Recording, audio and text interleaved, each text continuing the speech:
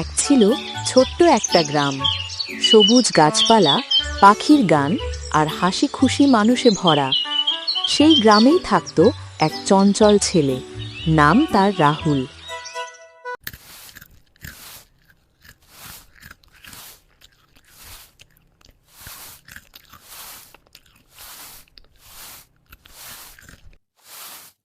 রাহুল, কতবার বলেছি তোকে আবর্জনা ডাস্টবিনে ফেলিস, কেন শুনিস না?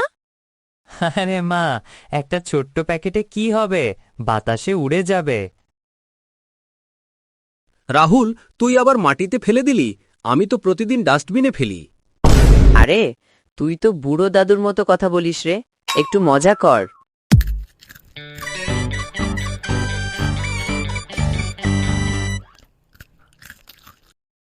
ডাস্টবিনটা ওখানেই তো, ওখানে ফেলতে তোকে কে আটকাচ্ছে? খেলতে এসেছি, খেলতে। ময়লা নিয়ে ঝামেলা করার জন্য আসেনি, বুঝলি? দেখো দেখো, রাহুল কত দুষ্টু। হা হা হা। হ্যাঁ, আমি দুষ্টু। তাতে তোমাদের সমস্যা কি? তোমরা এত ভালো হয়ে জীবনে করলে কি? তোমরা যা বলছো বল, এতে আমার কিছুই যায় এসে যায় না।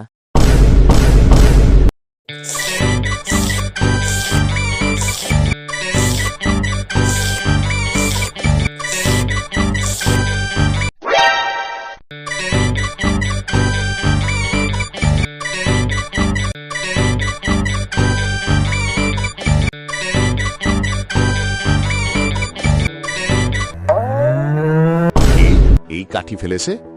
গরুটি পা পিছলে পড়ে গেল। এটা রাহুল করেছে, আমি নিজে চোখে দেখেছি। আরে, গরু তো উঠে দাঁড়িয়েছে, এত চিন্তার কি আছে?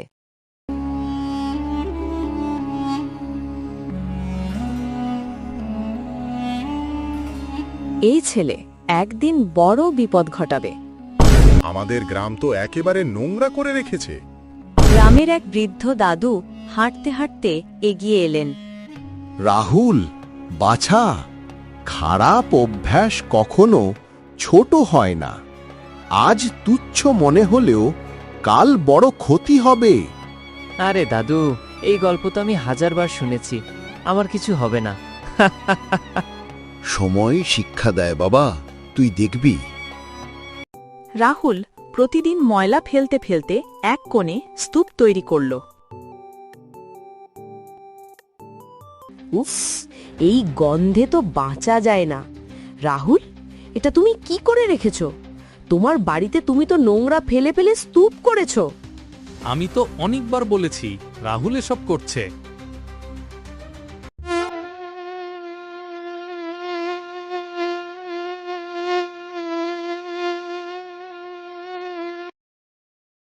মা, এত মশা কেন আসছে ঘরে?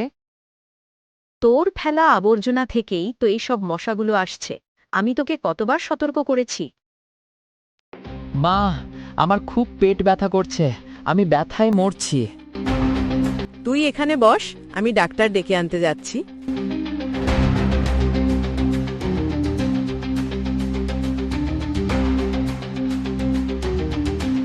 ডাক্তারবাবু, দেখুন না, আমার ছেলের খুব পেট ব্যথা করছে।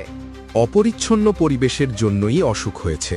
মাছি মশা থেকে জীবাণু ছড়িয়েছে। আমি কিছু ওষুধ লিখে দিচ্ছি, এই ওষুধগুলি খাওয়ালে সুস্থ হয়ে যাবে। আমি ভুল করেছি ডাক্তারবাবু, আমি আর কখনো ময়লা ফেলবো না। ভালো কথা বুঝেছিস বাবা। খারাপ অভ্যাস শুধু তোর না, আমাদের সবার ক্ষতি করে। এবার থেকে আমি ডাস্টবিনেই সব ফেলবো। ধন্যবাদ ডাক্তারবাবু।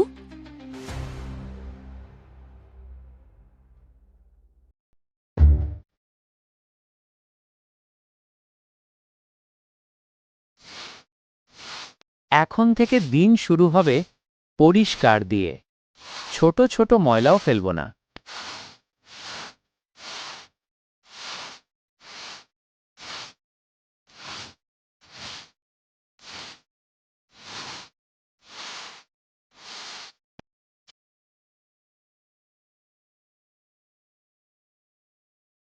এ আমি কি দেখছি, রাহুল ঝাড়ু হাতে? হ্যাঁ বন্ধু, আমি আমার ভুল বুঝেছি। ডাস্টবিনই আসল ময়লা ফেলার জায়গা। এবার তোকে নিয়ে গর্ব হচ্ছে বন্ধু।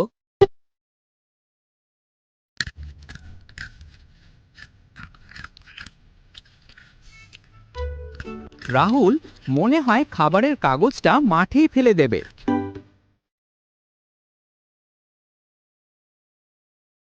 আমরা এ কি দেখছি, রাহুল তো বদলে গেছে। হ্যাঁ, এখন থেকে আমরা সবাই মিলে পরিষ্কার রাখব। এবার থেকে আমি শুধু ডাস্টবিনেই আবর্জনা ফেলি।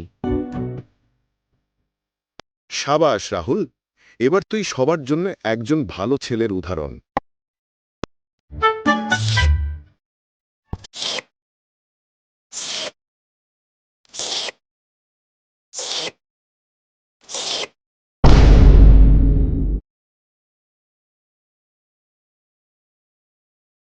না বন্ধু, এটা মাটিতে ফেলা একদম উচিত নয়। তুমি দাঁড়াও, আমি ডাস্টবিনে ফেলে দিয়ে আসছি।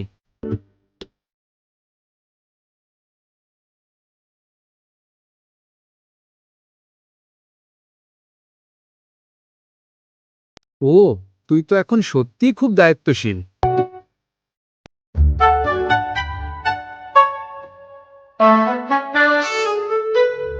কাকা, এটা আপনি ঠিক করেননি।